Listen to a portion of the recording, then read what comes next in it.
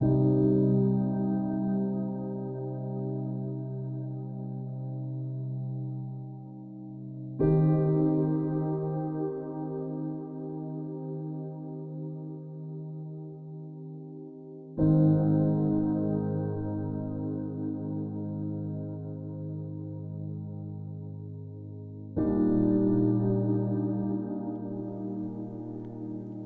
palabra de Dios es clara. El pecado siempre producirá un precio que tenemos que pagar en nuestra vida. Tenemos que comprender que desde el momento que recibimos a Cristo como nuestro Señor y Salvador personal, las consecuencias eternas del pecado quedaron completamente eliminadas de nuestra vida. Mientras vivamos en este mundo, seguiremos sufriendo las consecuencias temporales del pecado en nuestra vida. Nosotros, los discípulos de Cristo, los cristianos, podemos pecar, pero confesamos nuestros pecados al Señor y la sangre de Jesús nos limpia de todo pecado. Cuidado con el error de decir, peco, me arrepiento y ya está. Cuidado con pecar deliberadamente. Cuidado con pensar, vivo mi vida, hago lo que quiero, vivo en desorden, peco y después me arrepiento. El problema viene cuando practicamos el pecado.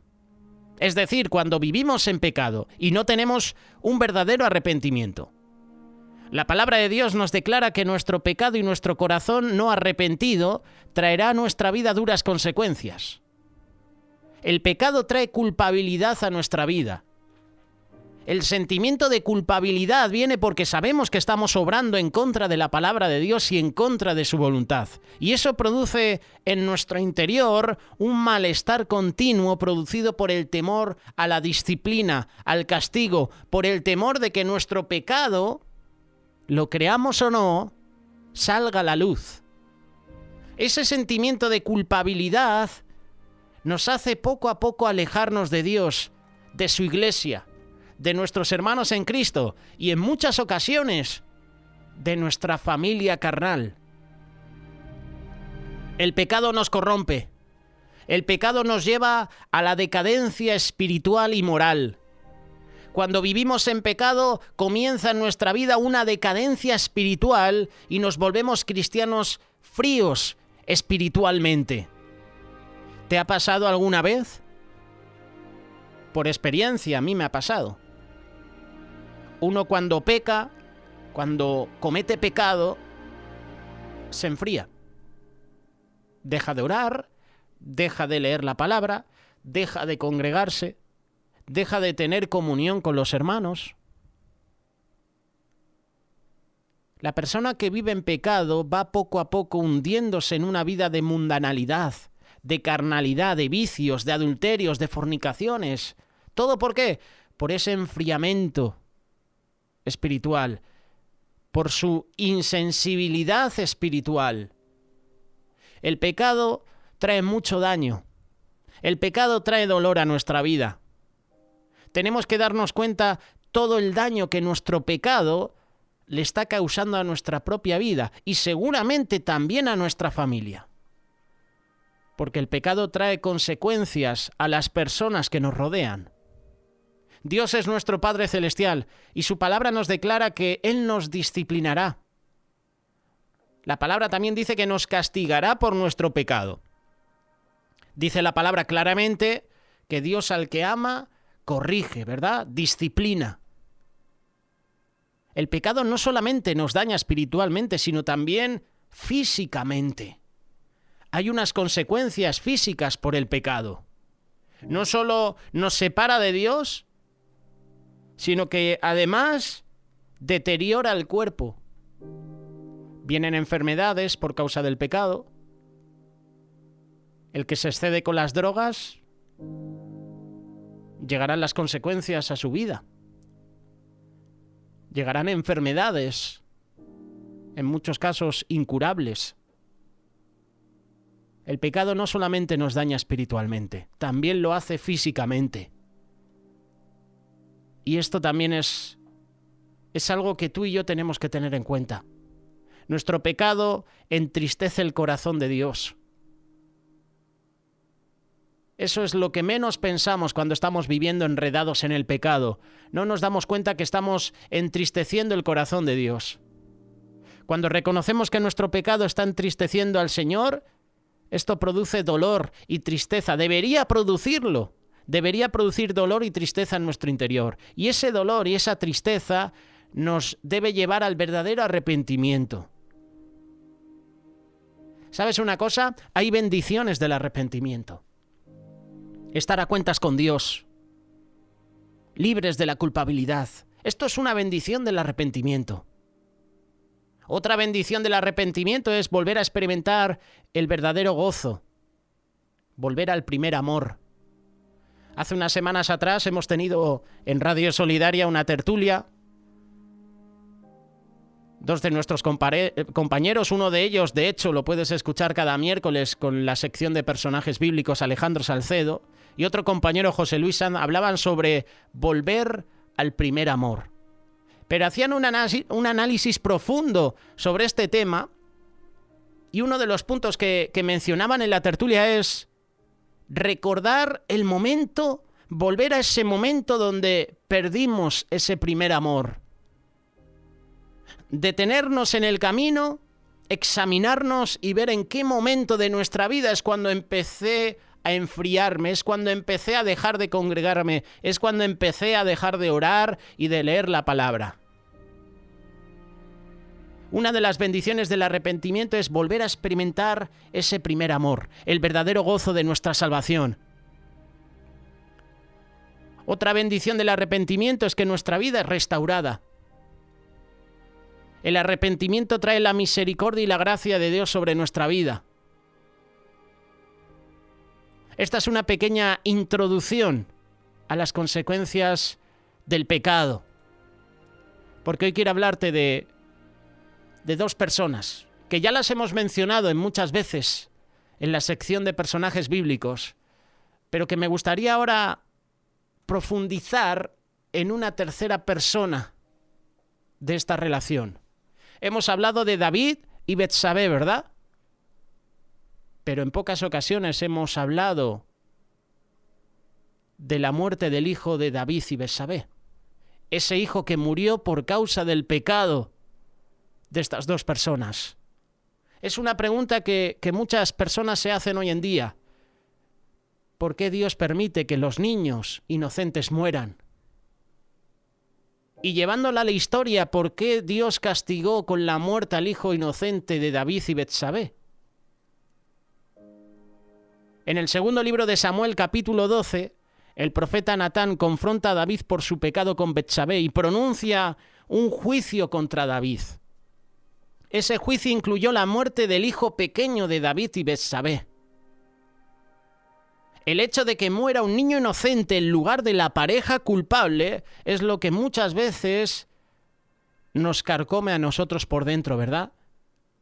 ¿Por qué tiene que pagar un inocente por el pecado de otras personas? Y es preocupante a la luz de lo que sabemos sobre la justicia de Dios, su cuidado por los niños. Y uno cuando lee esta historia dice, qué Dios más malo, ¿verdad? En vez de traer culpabilidad, en vez de traer condenación a los dos pecadores, a David y a Betsabé, no. Al final el que paga el plato roto como solemos decir aquí en España, es el bebé, es ese niño inocente. Y uno se pregunta ¿por qué? Vamos a intentar aclarar algunas cuestiones que están involucradas en esta historia. Hay 3 juicios a David por el pecado con Betsabé. Y estas son las consecuencias del pecado. Dios hace muchas cosas, entre comillas, incómodas, que simplemente deben hacerse en un mundo de pecado. Pero el hecho es que Dios nunca tuvo la intención de que nos sintiéramos cómodos con el pecado y su consecuencia, que incluye castigo. Deberíamos preocuparnos por los efectos del pecado, es decir, antes de cometer un pecado, analizar bien y decir, oye, van a llegar consecuencias por la decisión que voy a tomar. ¿Estoy preparado? Esas consecuencias pueden ser negativas. Esas consecuencias pueden traer condenación a mi vida y se pueden involucrar otras personas, el entorno en el que vivo. Deberíamos entender esto. En el caso de la muerte del hijo pequeño de David con Betsabé, algunas personas sienten ira contra Dios por haber matado al niño. Pero hay dos puntos principales que pueden causar problemas en nuestro pensamiento. La primera es que Dios no trató a David con suficiente dureza. Pero esta es una acusación que ignora el contexto del pasaje en cuestión. Dios ciertamente castigó a David y lo hizo triplemente. David nunca más tendría paz en su casa. Sus hijos traerían vergüenza a David. Sus hijos fueron unos rebeldes todos. Pecaron. Varios de sus hijos querían incluso matar a David, quitarle su trono. David nunca más tendría paz en su casa, sería avergonzado públicamente por su pecado privado. Y en la cúspide de todo su hijo moriría.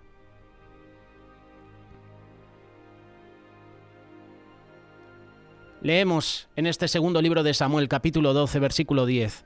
Por lo cual ahora no se apartará jamás de tu casa la espada, por cuanto me menospreciaste y tomaste la mujer de Urías Heteo para que fuese tu mujer. Así ha dicho Jehová, he aquí yo haré levantar el mal sobre de ti de tu misma casa, y tomaré tus mujeres de delante de tus ojos, y las daré a tu prójimo, el cual yacerá con tus mujeres a la vista del sol, porque tú lo hiciste en secreto, mas yo haré esto delante de todo Israel y a pleno sol. ¡Wow! ¡Qué versículos!, ¿verdad? Entonces dijo David a Natán, pequé contra Jehová.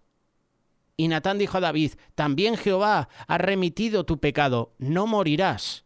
Mas por cuanto con este asunto hiciste blasfemar a los enemigos de Jehová, el hijo que te ha nacido ciertamente morirá.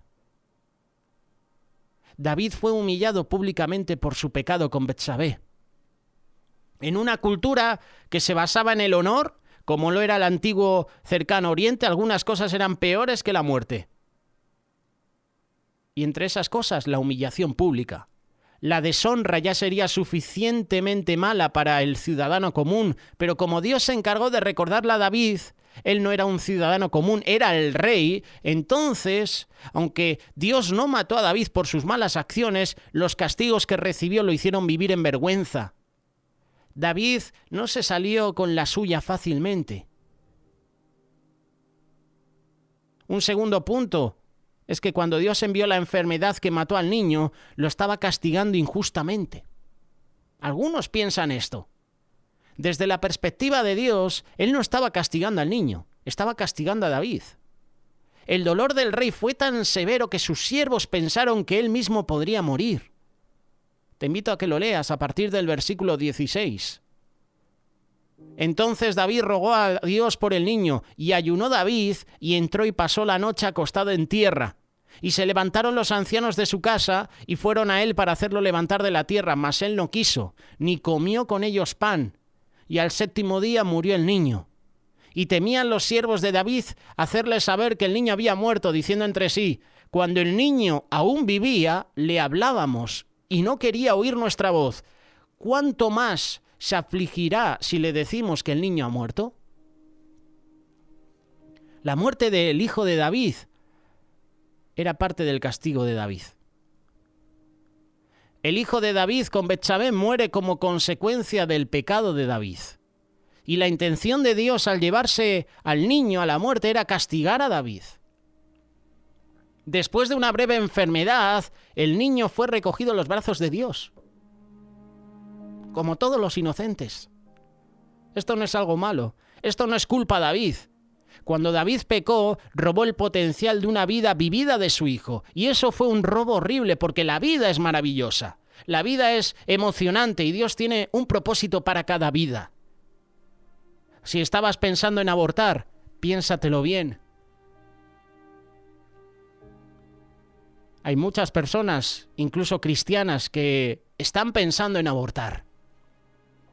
Si eres mujer y este pensamiento ronda tu cabeza, esta historia refleja las consecuencias de ese pecado que podemos cometer. Además a lo anterior, usando a los otros hijos de David como ejemplos de cómo podría haber resultado la vida de este niño, podemos decir que tal vez Dios estaba previniendo algo peor. Si este niño hubiera llegado a rechazar a Dios como sus hermanos, entonces su muerte temprana era su salvación. La muerte de un niño nunca se sentirá bien, y a ojos razonables, tal muerte no parecía correcta. Sin embargo, de hecho, puede estar en lo correcto cuando Dios lo ordena. En este caso, eso era demostrablemente cierto. ¿Por qué? Porque Dios causó la enfermedad en el niño.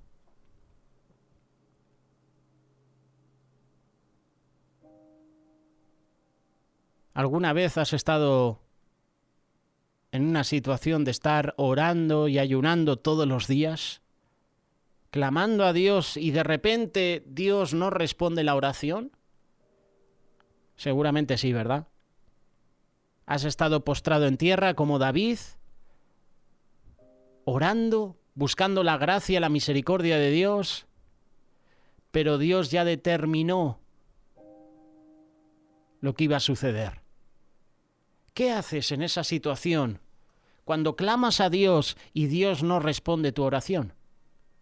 ¿Qué haces en esa situación cuando clamas a Dios durante mucho tiempo y cuando Dios no responde la oración? ¿Cuál es la actitud que tenemos? Es cierto que las personas tendrán que rendir cuentas por sus propios pecados, pero esto no significa que Dios deba derribarlos a todos de inmediato.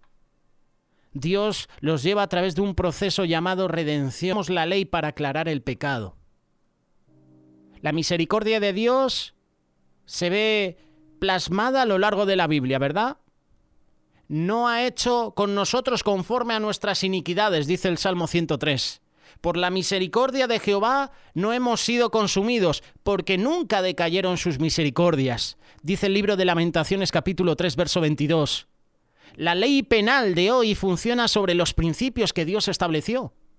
Gastamos nuestras energías primarias en la vida de los criminales, no en sus muertes. Rara vez se aplica la pena capital. Aunque últimamente hay muchas leyes que son de chiste, porque benefician más al pecador, al asesino, al violador, que a la víctima. Algunos tienen la idea de que la justicia del Antiguo Testamento era inflexible, era rápida, era mortal. Hoy en día nos vendría bien, dirían algunos. Pero no es así como funciona. La ley sirve a la sociedad y no sirve a una sociedad para matar a sus ciudadanos, excepto en casos aislados y estrechamente controlados. Las ejecuciones consumen un pequeño porcentaje de los recursos de la ley y el orden en la actualidad. Y lo que sucede en la actualidad se puede ver también en la palabra de Dios en el Antiguo Testamento. La expiación tenía el propósito de restaurar al pecador. Las personas piadosas estaban sacrificando animales mucho antes de que Moisés revelara las instrucciones para los sacrificios del tabernáculo en el Sinaí. Pero la ley nos mostró que la expiación tenía un propósito mayor a la vista, era restaurar al pecador, al pecador con Dios y al pueblo. La muerte es la última opción en los procedimientos legales. Y la muerte de David por su pecado con Betsabé sería un mensaje equivocado. Dios quiere restaurarnos al igual que lo hizo con David. Matar al rey David, por ejemplo, por su pecado con Betsabé habría enviado un mensaje equivocado. Todos merecemos morir por pecar contra un Dios santo, pero el propósito de Dios para David entonces era el mismo que es para nosotros. Él quiere restaurarnos a la comunión, no matarnos por nuestros pecados. Y luego nosotros decidimos Por eso el Señor quiere extender su misericordia, su gracia. Esta es la razón por la que la ley tenía una expiación ritual y por la que Cristo tuvo una expiación real, para que tú y yo, para que nosotros y David no tengamos que morir a causa de nuestros pecados. ¿Te imaginas que Dios hubiera matado a David? ¿Qué dice de Dios? No podríamos aplicar que Dios es amor si mata a David. Lo que hace Dios es darle la oportunidad a David para que se arrepienta, para que se humille, y Dios le restaura. La palabra de Dios dice que Dios no quiere que el hombre perezca. Dios quiere que todos se arrepientan. Pero es una decisión que tenemos que tomar tú y yo.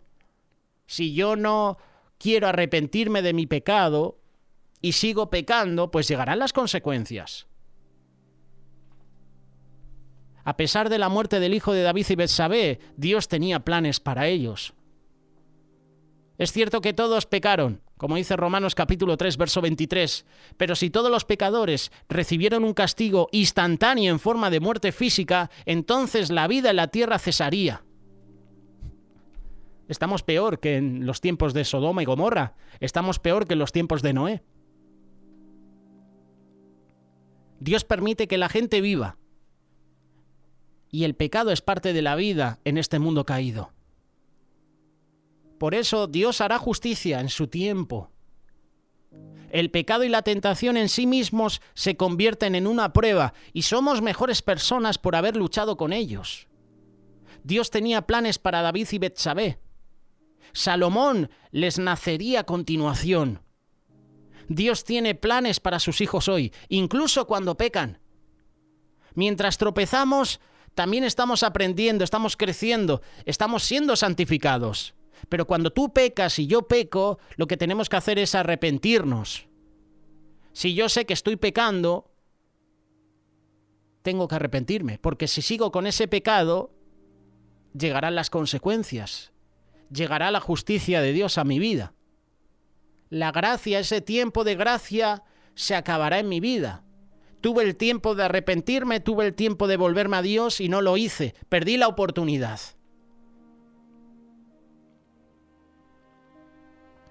Termino con este versículo. Segunda carta de Pedro, capítulo 3, verso 18.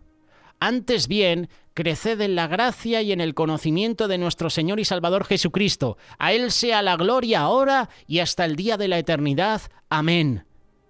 Justicia y juicio son el cimiento de tu trono.